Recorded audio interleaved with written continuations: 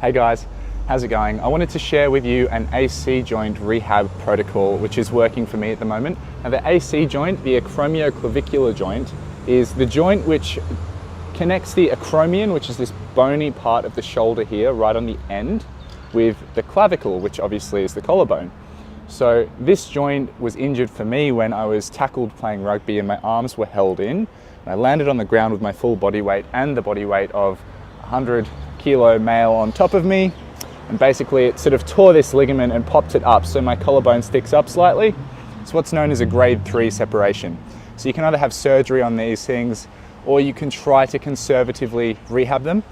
The way to rehab is basically to make the shoulder joint function more effectively and to remove the stresses on that joint which are unnecessary, basically using your active tissues, your muscles, your rotator cuff, your traps, all of the big stabilizers, instead of using the ligaments to hold load. So the process I've been working on has basically been regaining range of motion using very gentle articulations of the shoulder joint. Some ranges, especially back here, have been a little bit uncomfortable, so I've been careful with those. The thing you have to be careful with AC joints is the supporting musculature like the traps and the pec minor come in to really stabilize the injury. It's just the body's response. So if you stretch that, or if you go into a range where those muscles are going to be tight without warming up the other supporting muscles, you might be in for a little bit of pain. Thankfully, surfing has been okay for me, but now I'm at the stage where I need to do a bit more strength training specifically to rehab this. So what I've been doing are some bottoms up carries and presses with the kettlebell. I've been doing some Cuban rotations in various alignments, so external rotations of the shoulder, and I've also been doing some straight arm scapular work and some rows, and it seems to be going pretty well. So first off, the Cuban rotation, the bottoms up press, you're going to hold the kettlebell like so. Now a bottoms up press isn't really about white knuckling and gripping the kettlebell super hard. Instead, what it's about is keeping the elbow directly under the wrist joint. In order to do that, you need to have a stable scapula. Your shoulder stabilizers need to be working nicely, and you want to have the sensation that your shoulder is scooping under and around the rib cage to support from the underneath, so you're not just using these upper fibers. So you're simply going to hold like this for the carry. Again, if you can almost loosen the grip slightly and still keep the kettlebell stable and still, it's a good indication that your shoulder's working nicely.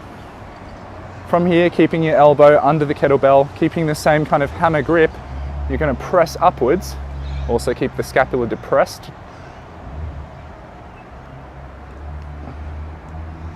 And then lower down, controlling at the bottom. So really what we're looking for are some nice pressing mechanics and stability on the way up and on the way down. So if you're in the early stages of your rehab, you're going to use a very, very, very light kettlebell, and you're going to hold it like so. As you get stronger, you can hold it higher up. Use a heavier kettlebell, go lower. Get stronger, hold it higher up. Use a heavier kettlebell, go lower. Once you're stable, higher up, and so on. And you can incorporate the presses provided you're pain-free. And this is just what's worked for me, and it will probably work for a lot of people out there, but we can't be sure. So really you need to be assessed prior to undertaking any kind of rehab program. These are just my personal insights. The next movement is the Cuban rotation. So the Cuban rotation, I prefer to do this kind of in a seated position. I'm not going to now because the ground is soaking wet. But what's important is that you keep your elbow up high and you keep your shoulder depressed down low. You want to go from an internally rotated position to an externally rotated position without moving the elbow.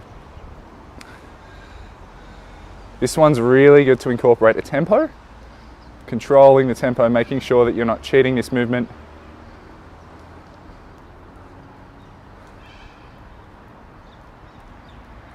And also, at the bottom, you want to make sure that your shoulder blade is stable and not rolling forward and winging. You need to keep it down and back.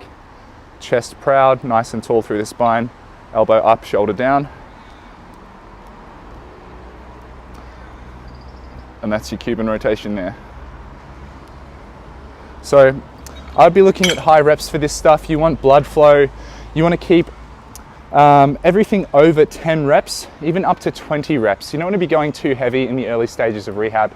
Really, the blood flow is going to nourish the ligaments a little bit, nourish the connective tissue, which is avascular, which means it doesn't get a lot of blood normally. So the pump is good. Bodybuilding is good, provided you control the tempo. And then lastly, the exercise that we're going to be working on is the ring row. Now, if you can't do the full row, you'll start with just the scapular portion of the row. So you can support yourself in a tabletop, hang nice and low here, and then from this position you're going from a passive shoulder with the shoulders depressed towards the hips, away from the ears. Passive meaning I'm allowing gravity to sag my body, provided this is pain-free, to a retracted active shoulder. Passive and active. Really controlling this range of motion, really looking to move comfortably, not pushing through pain, and tuning into what you're feeling through your shoulders, making sure that this is activating the muscles you want to be activating. If that's going well, add in some rows.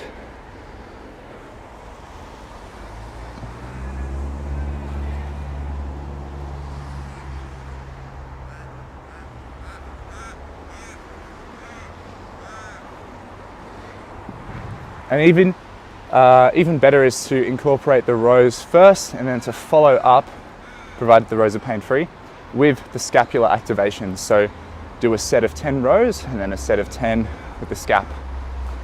That's the 3 that I've been using predominantly. It's not an initial rehab tool. The initial stage of the rehab between injury time and sort of 2 weeks, 3 weeks, for a grade 3 tear, for something that's actually separated, you'd want to be very, very cautious and very slow. This is a re-injury that I've had. This isn't my initial injury. It's not as bad, and that's why I'm able to get back to this stuff sooner. Anyway, I hope this helps you. If you have any questions, let me know. Strength training, mobility, joint health, any of that stuff. I've had a bunch of experience through injuries, through failures, and through successes. So yeah, hit me up if you have any questions. Cheers.